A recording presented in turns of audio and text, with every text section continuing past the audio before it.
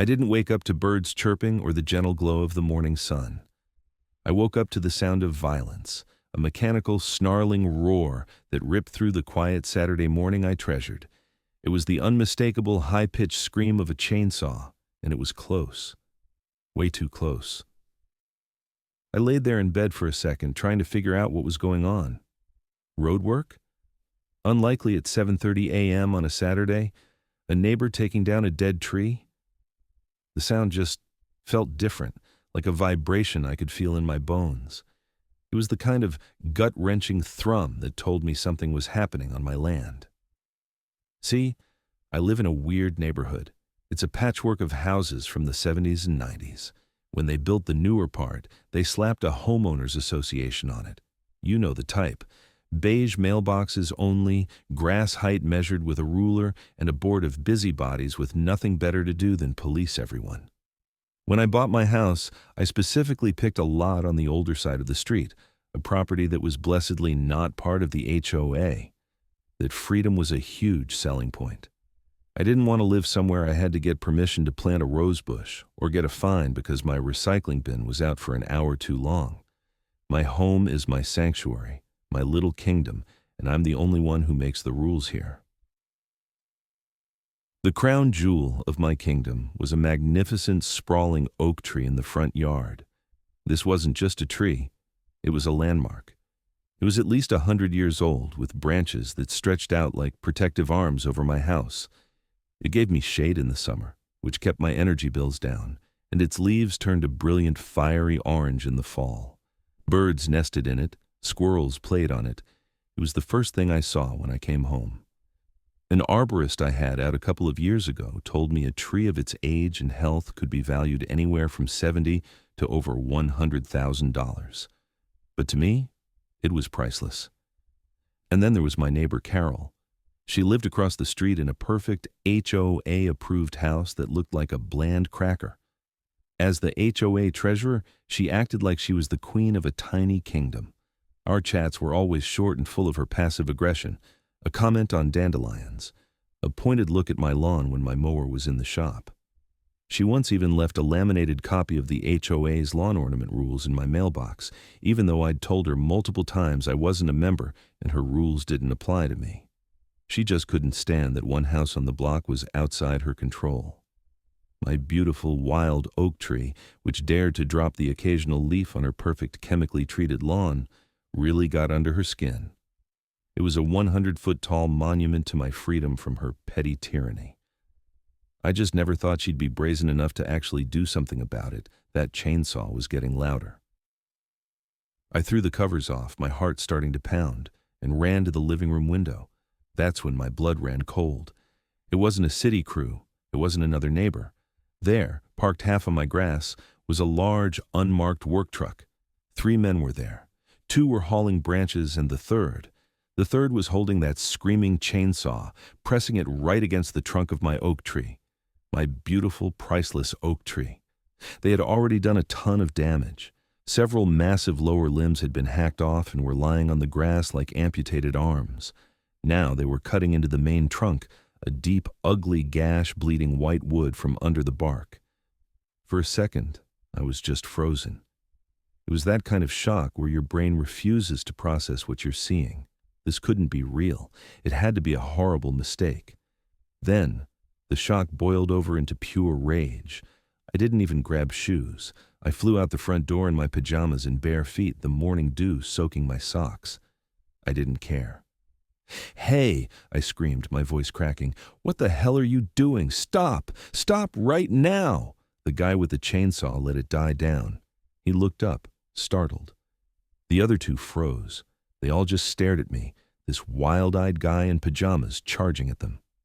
Whoa, take it easy," the chainsaw guy said, holding up a hand. He was clearly the foreman, a big guy who looked like he'd dealt with angry homeowners before. But he had this hint of arrogance, too.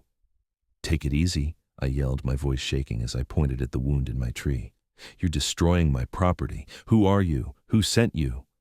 The foreman wiped his brow with a gritty glove, acting like he was completely in the right. "Look, we're just doing our job.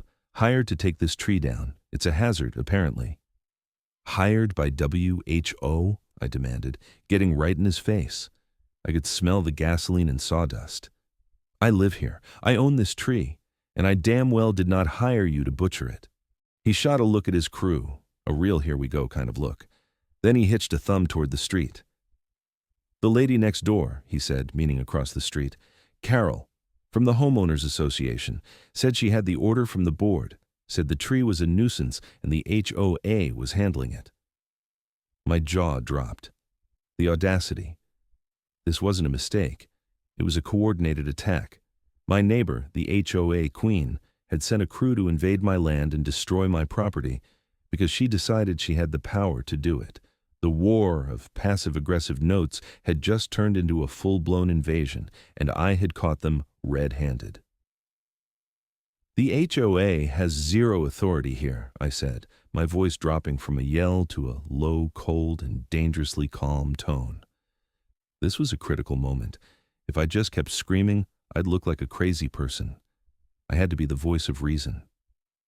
This property, I said, gesturing around me, is not and has never been part of any homeowners association. You are on private land without permission. That makes you trespassers. The damage you're causing, I pointed again to my wounded tree, is criminal destruction of property. You need to pack up and leave. Now. The foreman's arrogance faltered. A flicker of doubt crossed his face. He'd been told a simple story, but the actual property owner was telling him something very different and very legally serious. He glanced toward Carol's house, almost like he was hoping she'd appear and sort this out, and, as if on cue, her front door opened. Carol emerged, decked out in a pink tracksuit with a triumphant smirk on her face. She strolled across the street, arms crossed, radiating an aura of total control. This was her victory lap. She was finally getting rid of the tree that offended her sterile little world. "Is there a problem here?" she asked, her voice dripping with fake sweetness. She didn't even look at me. She spoke directly to the foreman. "Ma'am," the foreman said, clearly relieved, "this gentleman says we're on the wrong property, says he's not in the HOA. Carol finally looked at me, her smirk widening. "Oh, him. Don't worry about him, he's just confused. The HOA covenants are very clear about nuisance trees. The board approved the removal." This was it. This was the moment her delusion collided with my reality. "Carol, stop," I said, holding up a hand. "Just stop talking. You're making this worse for yourself with every word. We've had this conversation. You know my property isn't in the HOA. Your covenants, your board, your meetings, they are completely irrelevant to me." She scoffed. "Don't be ridiculous. This is the Katarungan Village neighborhood. We are all part of the association." "No, we are not," I said firmly, "and you know it. You hired a crew to come onto my land and destroy my property. That's illegal." I pulled out my phone and hit the record button, making sure the little red dot was visible. Her eyes widened. "So for the record, Carol, are you ordering these men to keep cutting down my tree?" Her confidence wavered. A camera changes things. It wasn't just her word against mine anymore, but her pride wouldn't let her back down. "That tree is a menace. It drops acorns all over the sidewalk. The HOA is well within its rights," she snapped, her voice getting shrill. She turned to the foreman, who now looked extremely uncomfortable. "The HOA will cover all the costs. We'll even bill him for the removal, per the bylaws. Now get back to work." The foreman looked from her to me, then at my phone. He was trapped. If he kept going, he could be facing criminal charges. If he stopped, he might not get paid by this crazy lady. I made the choice for him. "That's it," I said calmly, looking right at Carol's furious face on my phone screen. "You've been warned. You've refused to leave. You've ordered them to continue." I turned to the foreman. "Don't touch that saw." I held my phone to my ear. "I'm calling the police. I'm reporting armed trespassers and the willful destruction of private property at the direction of my neighbor Carol." Carol's face went from smug to purple. "You wouldn't dare! The HOA has lawyers. We'll sue you for harassment." "Good," I said, my finger hovering over the dial button. "Tell them to meet the police here. They can all look at my property deed together." My 911 call was short and to the point. I kept my voice as level as I could. "I'd like to report a crime in progress," I said. "I'm at my address. There are 3 men on my property with chainsaws who have already done significant damage to a valuable tree. They were hired by my neighbor, who is also here, and instructing them to continue." I gave the operator my name, Carol's name, and the name of the company on the side of the truck. The next 10 minutes were incredibly tense. The crew just stood around awkwardly, looking anywhere but at me or Carol. The foreman had put the chainsaw down, which told me he knew he was in deep trouble. Carol was pacing back and forth on the grass by the street, hissing into her phone, probably to the HOA board or their lawyers. I just stood my ground next to my wounded oak, my phone still recording everything. The only thing that broke the silence was the sound of an approaching siren. A police cruiser pulled up. A deputy stepped out, a tall guy with a calm, professional look. He took in the scene. The truck, the cut branches, the gash in my tree, me in my pajamas, and Carol, who immediately made a beeline for him. "Officer, thank God," she started, firing off her side of the story. "This man is harassing my work crew. The HOA has a removal order for this hazardous tree, and he is interfering with official HOA business." The deputy listened patiently, his face unreadable. He nodded and then turned to me. "Sir, what's your side?" I took a deep breath. "Officer," I started, "this is my home.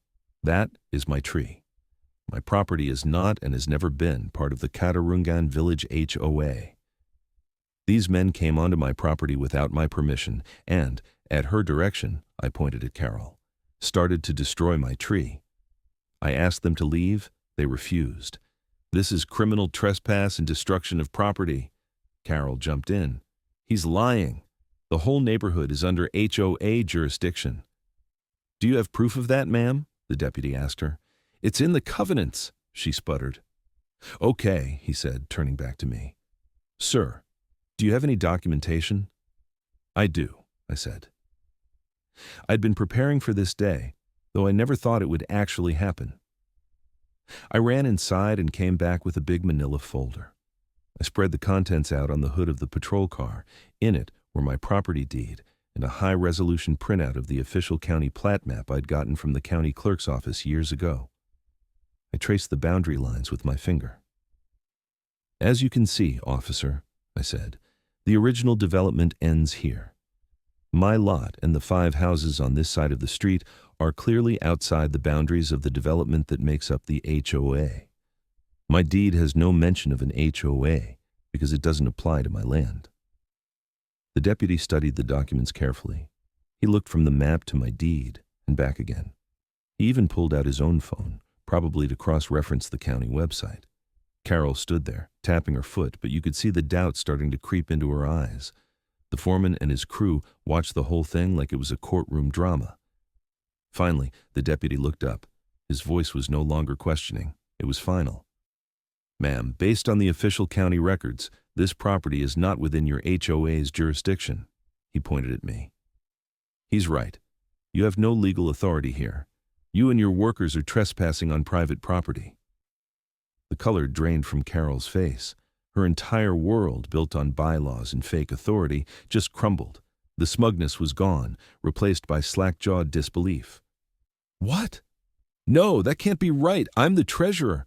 I know the boundaries." "The county records say otherwise, ma'am," the deputy said flatly. "You've directed this company to damage private property. That's a civil matter, and maybe a criminal one." "Sir," he said to me, "do you want to press charges for trespassing?" "Yes, I do," I said, without a moment's hesitation. The deputy then turned to the terrified-looking foreman. "You and your men need to pack up and give your business information to this gentleman. I'd advise you to cooperate." Turning back to Carol, he said, "Ma'am, I'm going to need to see your ID." The queen had been dethroned. Her little reign of terror was over. The sound of her sputtering, "I pay your salary, I'm calling the mayor," was the sweetest sound I'd ever heard. The fallout was immediate and deeply satisfying. The deputy took statements from everyone. The foreman, suddenly very cooperative, gave me his card and his company's insurance info, along with a sincere apology for being completely misled by Carol. After a lot of blustering, Carol was given a formal citation for trespassing. That police report became the cornerstone of my legal action. After the police and the crew left, the quiet returned.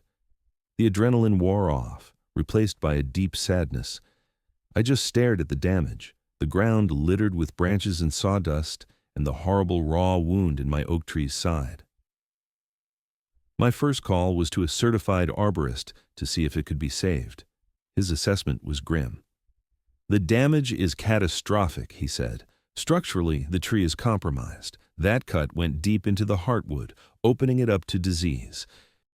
It was a total loss and had to be removed for safety." He then calculated its value using a formula for its species, size, and condition. The final number was staggering, $75,000.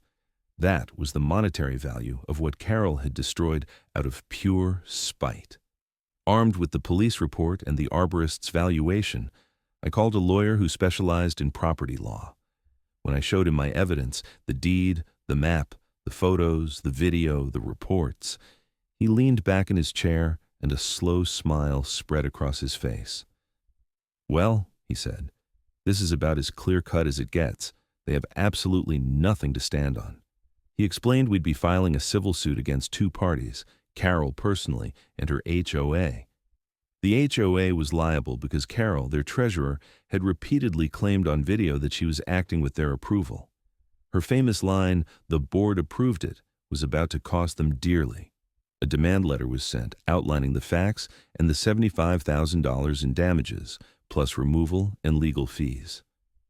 At first, the HOA's lawyers tried to claim Carol was a rogue agent, but my video of her invoking the HOA's authority over and over made that argument fall apart pretty quickly. The legal battle was just getting started, and honestly, the support from people online who've been through similar things was a huge help. It turns out, stories about overreaching HOAs and nightmare neighbors are incredibly common. If you've ever had a run-in with an out-of-control HOA or a neighbor who thinks their opinion is law, I want to hear about it. Drop your story in the comments. There's a strange comfort in knowing you're not alone in these crazy situations. And if you want to see exactly how the lawsuit ended for Carol and her HOA cronies, make sure you subscribe and ring the notification bell, because the ending is everything you're hoping for. The lawsuit never even made it to court. Faced with the pile of evidence against them, the HOA's insurance company and Carol's homeowner's insurance decided to settle. My lawyer was an absolute shark and got a settlement that covered the full $75,000 value of my oak, the entire cost of having it professionally removed, the cost of grinding the stump, and every single penny of my legal fees. Carol and the HOA had to admit liability. News of the lawsuit spread through the neighborhood fast. It turned out other non-HOA members on my street had been getting intimidating notices from Carol for years. My fight emboldened them. At an emergency community meeting, Carol was forced to resign as treasurer in disgrace. The HOA had to issue a formal written apology to me and the other non-members and completely rewrite their bylaws to clearly define their boundaries so this could never happen again. The day a professional crew I hired came to take down the oak was sad. It took them all day. Watching that giant, a witness to a century of history, come down piece by piece was heartbreaking. My yard suddenly felt bare and exposed, but the story doesn't end there. Last spring, 1 year after it all happened, I took some of the settlement money and went to a specialty nursery. I bought a new oak tree. It's not a little sapling. I bought the most mature tree I could find. It's nowhere near the size of the one I lost, but it's healthy and strong. Planting it in almost the same spot felt like an act of defiance and rebirth. It's a symbol that my property is my own and that I'll defend it.